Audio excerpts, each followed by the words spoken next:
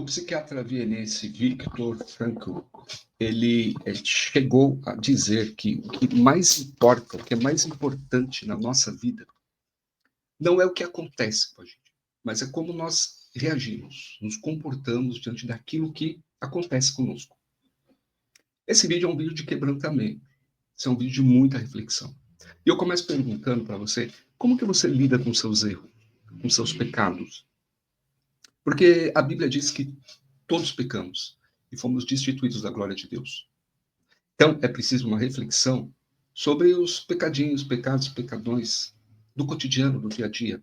Como nós tratamos, como nós lidamos com eles.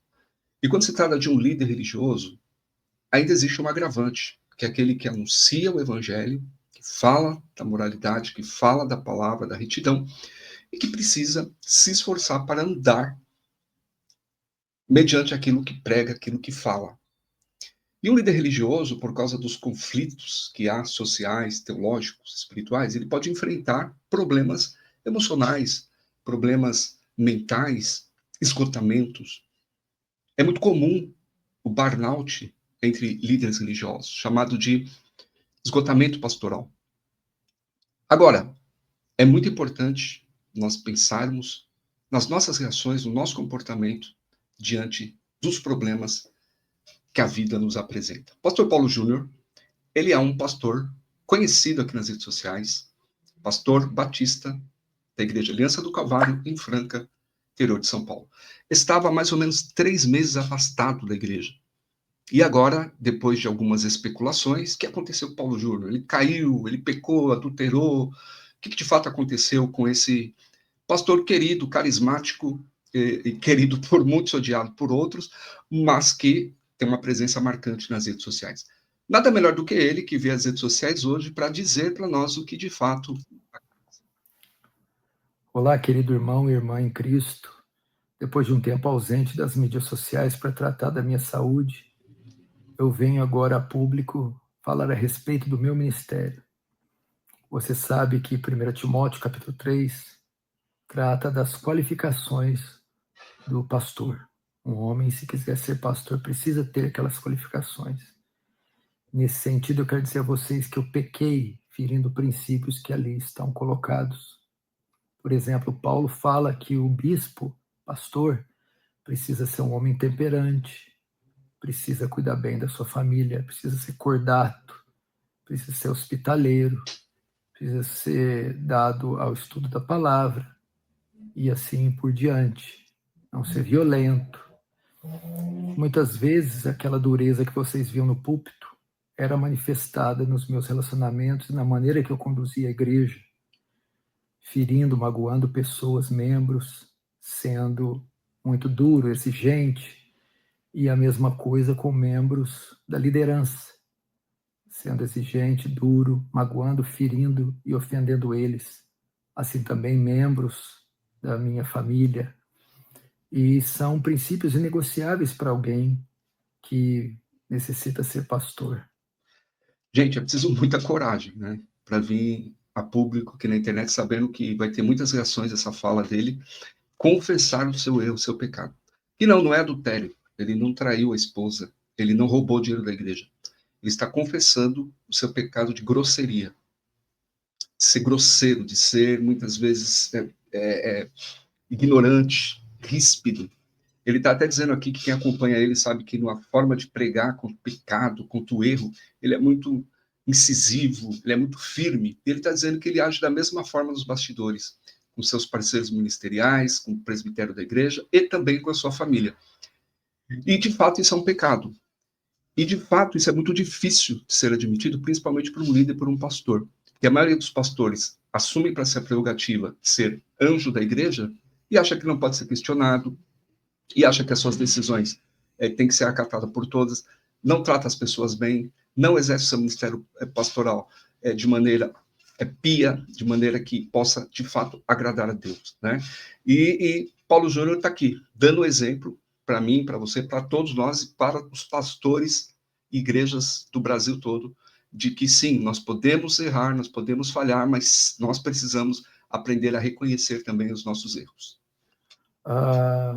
O meu conselho me chamou, me repreendeu a respeito dessa condução por um tempo, e eu resisti a essa repreensão, tentando manipulá-los, tentando dissuadi-los e me rebelando contra a verdade de Deus e contra a verdade que vinha da sua boca. Mas depois de novos conselhos e novas repreensões, eles me convenceram do meu pecado. Meus olhos se abriram e eu vi que estava conduzindo a igreja de forma equivocada, pecaminosa. E eu pedi perdão a eles e reconheci o meu pecado. Olha aí, pedi perdão, reconheci o meu pecado. Quando Paulo Júnior fala que o conselho da igreja chamou, gente, isso aqui é formidável. Por quê? Porque as igrejas batistas e muitas outras igrejas históricas, elas são governadas por um grupo de pessoas, de irmãos. Então não tem pastor dono de igreja. Infelizmente, nós vemos muitos casos aí no Brasil afora. Porque, gente, igreja não tem dono. O dono da igreja é Jesus. Então, um pastor que errou, que pecou, tem que ser analisado pelo conselho, aconselhado, e tem que se verificar a possibilidade, diante da confissão dele, do arrependimento e do perdão, se há condições dele ficar ali na comunidade ainda. Porque às vezes não dá. Às vezes dá, às vezes não dá. Então, tudo isso tem que ser levado em conta, e que bom que a igreja Aliança do Calvário tem esse conselho, que ouviu os irmãos, as pessoas também, porque chegou as informações de que muitos irmãos ficaram realmente feridos, magoados ali na igreja, por causa das falas, da forma e comportamento do pastor Paulo Júnior. Então, Paulo Júnior está aqui, não é vítima, está aqui não como vítima. Ficaram muitas vítimas lá na igreja, que nós precisamos orar por elas também. E vítimas de abusos religiosos, gente, é uma coisa assim, lamentável e uma coisa muito dura, muito doída para as pessoas. E há tratamento para isso. Você não precisa sofrer sozinho. Sofreu algum abuso religioso, seja de quem for, você pode buscar ajuda. Tá? Então ele está aqui confessando que ele é o agressor, tá? Ele não é a vítima. Inclusive ele está tendo muita hombridade, não está acusando ninguém, não está acusando o conselho, não está acusando nenhum pastor, ninguém, igreja, ninguém, nem família. Ele está dizendo, sou eu, sou Joe. E quantos pastores e líderes têm essa coragem? Eu te pergunto, de chegar aqui, eu chegar diante do público e assumir, bater no peito e dizer, eu errei, com sinceridade, porque olha o semblante do Paulo Júnior, ele está visivelmente abatido, visivelmente exausto, e é uma atitude de nobreza dele, o que ele está fazendo aqui, o que ele está falando, o que ele está reconhecendo aqui nesse vídeo. E depois de algumas reuniões, eles entenderam que essas violações, que já tinham um bom tempo, me desqualificavam para ser pastor dessa igreja. E o que prontamente eu entendi, uma desqualificação não temporária, não permanente. Bom, eu entendi aqui que ele quis dizer o seguinte, é uma advertência, é algo não temporário, é permanente. Porque notícias dão conta que ele realmente foi afastado do ministério pastoral e saiu da igreja. Mudou, inclusive, de cidade.